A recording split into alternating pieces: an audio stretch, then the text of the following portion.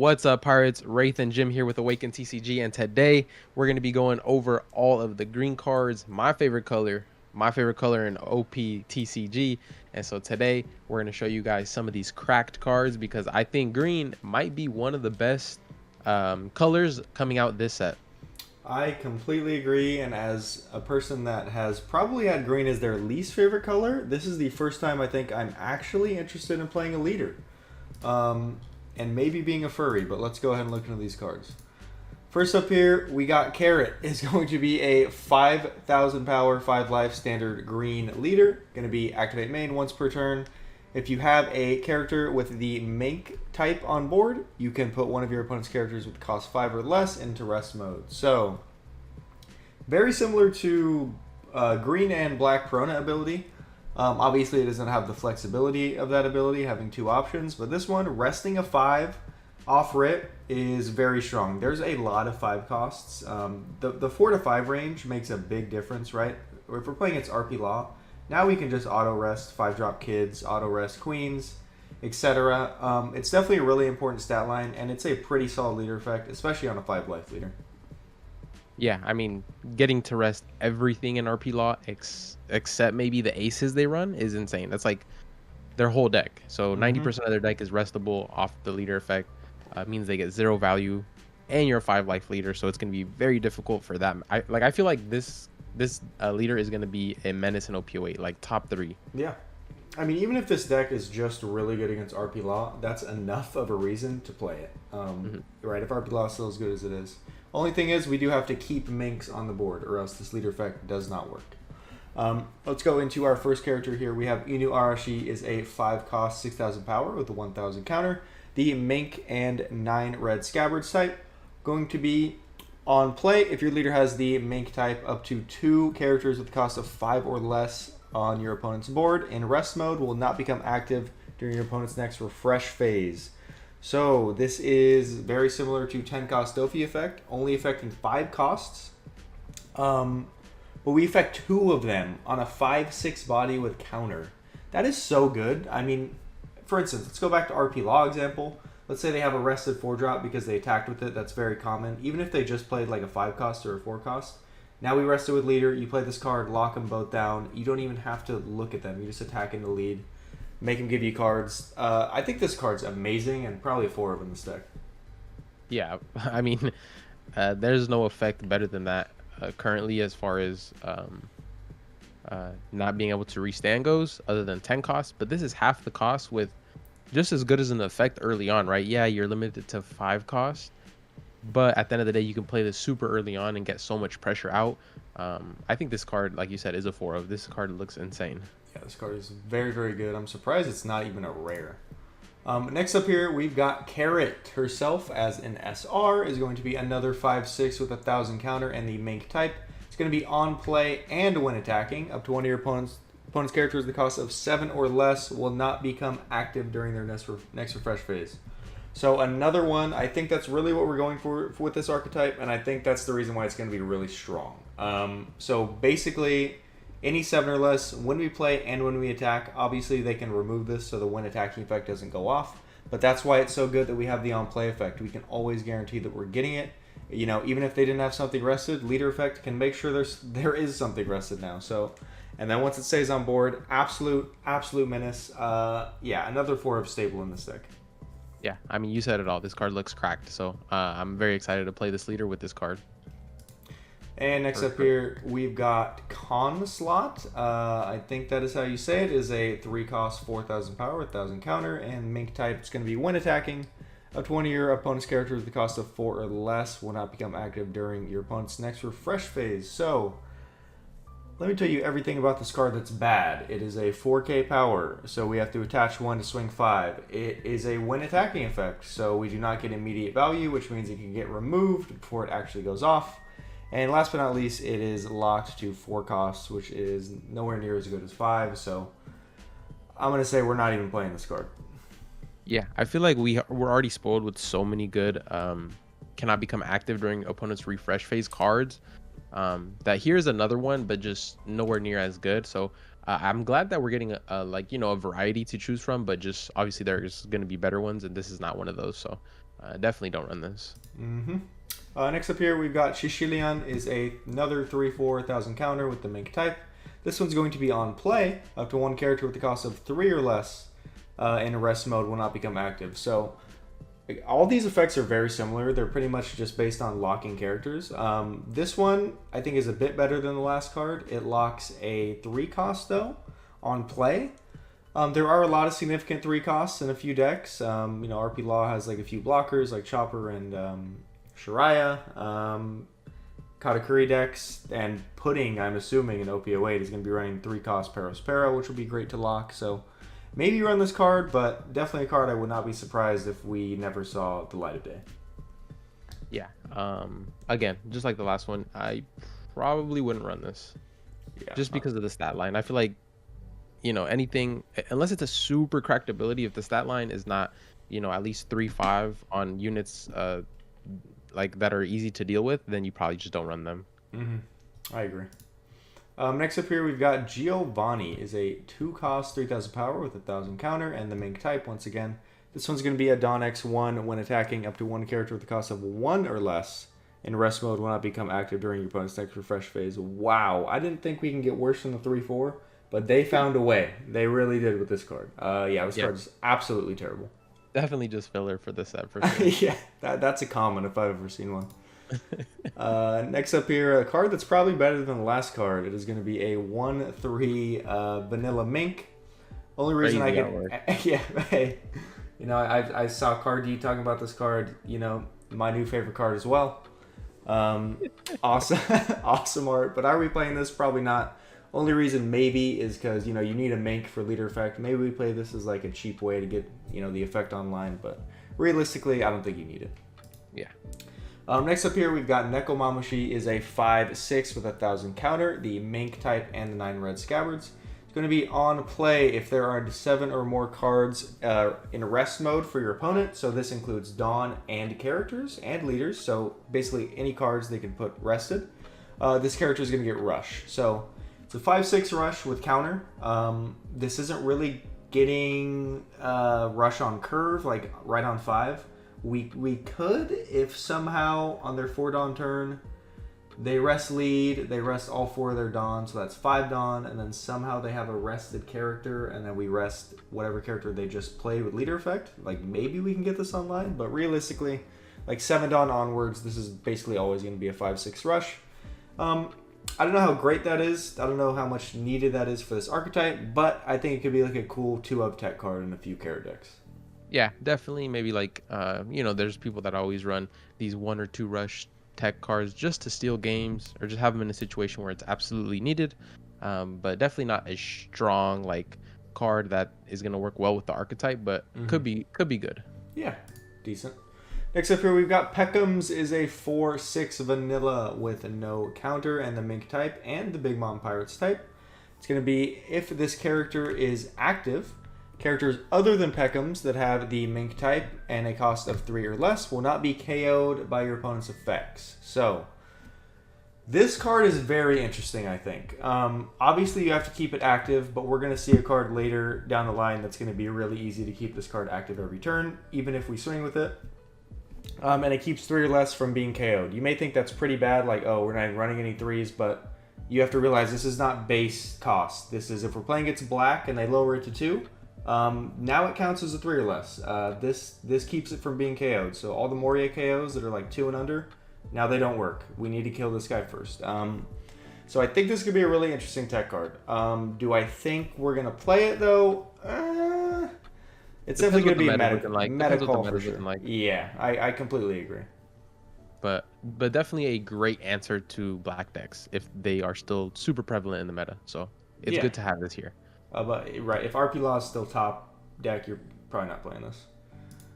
Next up here, we've got Pedro. Our first rare here is going to be a 4-cost, 5,000 power with 1,000 counter and the Mink type. It's going to be a blocker, so 4/5 blocker, always good. And then on KO, you can choose one of these 2 effects. First one is you can arrest one of your opponent's Dawn. So if they wanted to attack before they played something, you can now punish them, and now they have to play off curve. Pretty good. And then the other effect is going to be KO one character rested with a cost of 6 or less. So You know, if they attacked with the 6 cost, boom, pop, we can now block and kill. Obviously, they can remove this before it has a good target. That does happen a lot with these cards. But if they do that, now we have the second effect, right, to rest the Dawn and kind of screw them over. So I think this card's really good. And I think you're probably running in Carrot. Yeah, I think this card has a good amount of flexibility, and it's a blocker, right? So always good to have blockers in decks. And this seems like a more of a control deck, so blockers are always nice. Yep, for sure. Next up here, we've got Miyagi. Is a 3/1 1,000 counter Mink. With on play, you can activate. You can set one of your characters with a cost of 2 or less as active. Sorry. So, as far as Minks go, that are 2 or less, I think we have a few from older sets. Those ones, I'm just gonna spare you the details. They're bad. The only ones we've seen that are 2 or less right now are like Vanillas or this guy right here. Bad. So, I'm telling you right now, we're not running this card. Yeah, very expensive to restand to 2 or less, I think. Yeah, 100%. No doubt there. Next up here, we've got Milky. Is a 2/0 with 2k counter. So our first searchable 2k counter Mink. It's going to be activate main. You can put this character in rest mode. If your leader has the Mink type, you can set up to 1 Dawn card as active. So this kind of like pays for half of itself, right? You get 1 Dawn back, and now they have to attack into it. So it's like a pseudo blocker. Like, are we ever playing this out? Probably not, but it's a searchable 2k, so we're probably playing it. Yeah, it's probably a 4 of just for the 2k. Yeah. Next up here, we've got Rhodey. Is a 1/2 with 1,000 counter and the Mink type. It's going to be on play if your leader has the Mink type.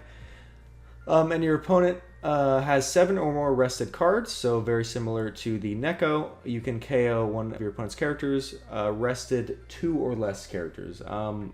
Wow, that's pretty bad. I don't really think we care about KOing 2 costs, but yeah, this card's not good.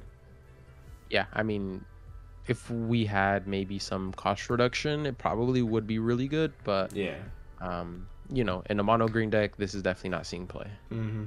Shout out to the future green and black leader.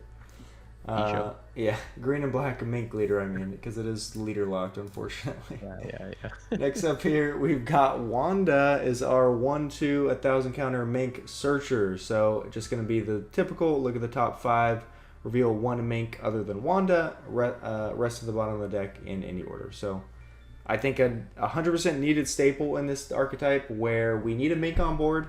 This is the perfect easy Mink to get on board, right? You play it, search, and now our leader effect is online for the rest of the game until this gets removed. Yeah, definitely not need. So we're not going to need that 1/3. We just have the searcher to be online. So exactly.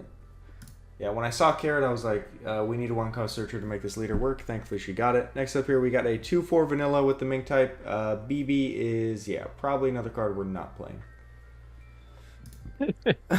yeah, I mean, just the vanilla. I mean, you're gonna get vanillas in every set. Next up here, we've got Electric Luna. Now, this card is insane. It is a 3-cost event, Mink type. Going to be main. All characters with a cost of 7 or less will not become active during your opponent's next refresh phase. So that is insane. They're especially like decks like RP Law that do not really play that high of costed characters. We can just lock their entire board and completely ignore it for 3 Dawn. That is insane. That's like a 10-cost Dofi on steroids for 7 Dawn less. Obviously, you don't get the body, but I mean, no, this is so good. Like, you may say, oh, but they just played something last turn, right? You can't deal with it. If it was a 5 or less, Carrot can just rest it and then, join in on the party. You're not becoming active next turn. This card is so good. Yeah, definitely. It's like, oh, they cleared your board. That's fine. 1-cost searcher. Oh, I found Electric Luna. Let me go ahead and play it. There goes your board. Yeah, I mean, you pseudo removal. And as soon as you play that searcher, you're online again, right? So even if your board is cleared, as long as you have that searcher, for 4 Dawn, you can make this play happen. Yeah, very, very strong. But yeah, that event is insane. Next up here, we've got Garu. Is a 1-cost Mink event. It'll be another main. You can put one of your characters with a Mink trait into rest mode, and then rest one of your opponent's characters. And then triggers draw 1 card. So this is a 1 Dawn rest anything. All we have to do is rest one of our little weak Minks. Obviously, preferably our searcher. busted. Yeah, this card is so good. I mean, right? You do this into one of their 7 drops. So we lock it with Electric Luna, lock it with Carrot, whatever we want to do. This deck's gonna be annoying. Your opponent's just not gonna be able to play. Yeah, it's gonna be pretty bad. Like I feel like every time they drop something on your turn, guess what? It's getting rested. It's getting stun locked. Like, give me another unit, 'cause I'm gonna do it all over again. Yeah, this is insane, actually. Next up here, we've got We Will Not Sell Our Comrades to the Enemy. It is a 1-cost Mink and 9 red Scabbards event. It's going to be main. You can rest 2 of your characters, and then all of your characters cannot be KO'd by your opponent's effects until the end of your opponent's next turn. On trigger, rest one of your opponent's characters at the cost of 3 or less. So this is like a 1-cost Sabo for the entire board. Obviously, we need to rest 2 characters, which is pretty costly, I'm not going to lie. Unless we have like 2 searchers on board, which, you know, a lot of decks are on removal by now, so that's not really going to be very common. I really don't know about this card. I think it's going to be very... it's going to be based on the type of decks we play. If it's like kind of low to the ground, I could see us running this, but if we're playing bigger stuff, we don't want to rest that for 1, so we'll see. Yeah, I mean, if you can combo it with 3-drop, your whole opponent's board is rested now. I mean, I wouldn't mind doing this because maybe it's their Moria turn or something, and they're gonna go for a Lucci pop, right? Makes their Moria turn just really bad. You can keep your whole board. I don't know. It could have some uses. Yeah, no, that's what I'm saying. Yeah, definitely, I think a tech option for sure. And last but not least here, we have Zoe, the home of the Minks, is now coming as a 3-cost stage, and this stage is very good. So it is going to be an activate main. You can rest this stage. If your leader has the Mink type, you can activate up to 1 of your Dawn cards. So this is basically every turn, we can just get a Dawn back active again. That's really good. So in 3 turns, this card is paying for itself, and then from then onward, we're getting free value. And then after that, we have, at the end of your turn, put up to 1 of your Mink characters as active. So this is what I was talking about earlier with Pekoms. We can now basically keep our characters safe from being attacked back into, which is pretty important for Carrot that needs to keep these Minks on the board. Really, really strong card. Like, the first effect would have been good enough, and now we have the second effect, which is like just insane on top of it. Yeah, this card is, I think, another 4-up staple that you might need to find when playing Carrot. Yeah, right. So, like, the way I'm looking at it is you want to go first, 100%. You want to search on 1 Dawn, find this on 3 Dawn, and then you start to play your game, right? Because your 3 Dawn turn feels pretty weak, as it is in most decks, other than Gecko Moria, where you just cheat out of 4 cost. So I feel like this is perfect for going first. You can find this on 3, you're looking good for the rest of the game. Yeah, completely agree. Yeah, you want to play this early, but even if you get it late, it's not too bad. But these, you know, it's going to get more value as the game goes on, so we want to find it earlier.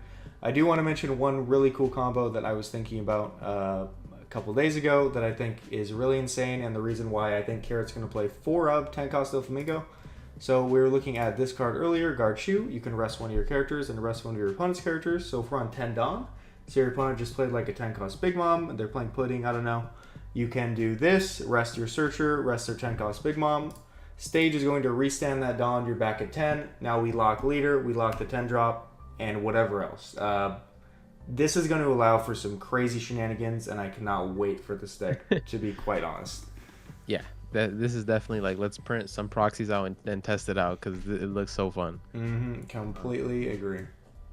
But yeah, I'm excited. OP08 so far has been very exciting. The cards we've seen have been pretty cool. There's a lot of cool leaders. I think the leaders in OP08 are a lot better than the OP07 leaders, in my opinion.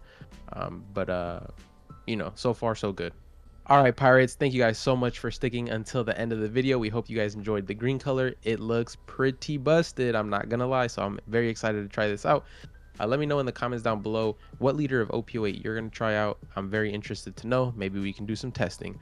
But with that being said, make sure to subscribe to our channel, like this video, subscribe to our Patreon. We got a lot of content on there coming out very soon, and we'll see you guys on the next one. Peace.